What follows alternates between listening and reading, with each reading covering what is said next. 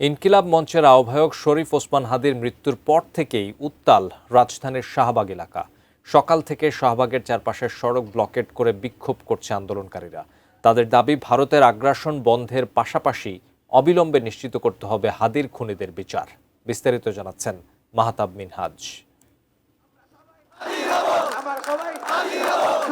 ইনকিলাব মঞ্চের আহ্বায়ক ওসমান হাদির মৃত্যুর খবর ছড়িয়ে পড়ার পর রাত 11টা থেকেই উত্তাল হয়ে ওঠে রাজধানীর শাহবাগ।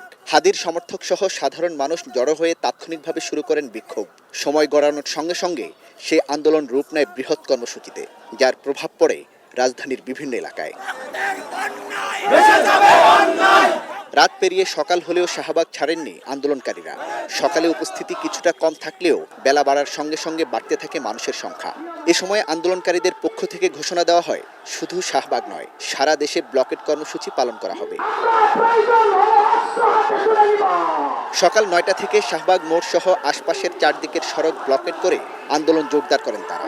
আন্দোলনকারীদের একটাই দাবি, শরীফ ওসমান হাদিকে যারা হত্যা করেছে তাদের দ্রুত শনাক্ত করে দৃষ্টান্তমূলক শাস্তি নিশ্চিত করতে হবে।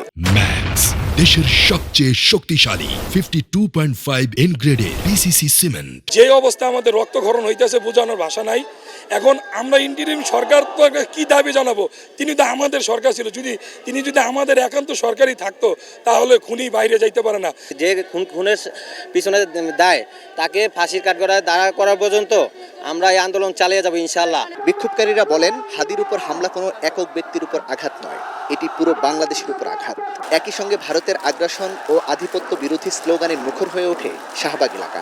এটা শুধু হাদি ভাইয়ের মৃত্যু না, এটা পুরো বাংলাদেশের জুলাই যোদ্ধা এবং ইনসাফের পথে যারা অটুট ছিল তাদের মৃত্যু হিসাবে আমরা গণনা করতেছি। ভারতীয় আগ্রাসনের বিরুদ্ধে আজীবন আমরা লড়ে যাব যতক্ষণ পর্যন্ত আমাদের দেহে প্রাণ আছে। যে জায়গা থেকে নিজের দেশ, নিজের স্বাধীনতা, নিজের সার্বভৌমত্ব রক্ষার্থে এই ভারতের বিরুদ্ধে নিশ্চয় প্রতিবাদ গড়ে তুলতে হবে। আন্দোলনকারীরা আহ্বান জানান, বিকেলে শাহবাগে অনুষ্ঠেয় আধিপত্য বিরোধী সমাবেশে সাধারণ মানুষকে স্বতঃস্ফূর্তভাবে অংশ নেওয়া। Mahtab Minhaj, ATN news, Dhaka.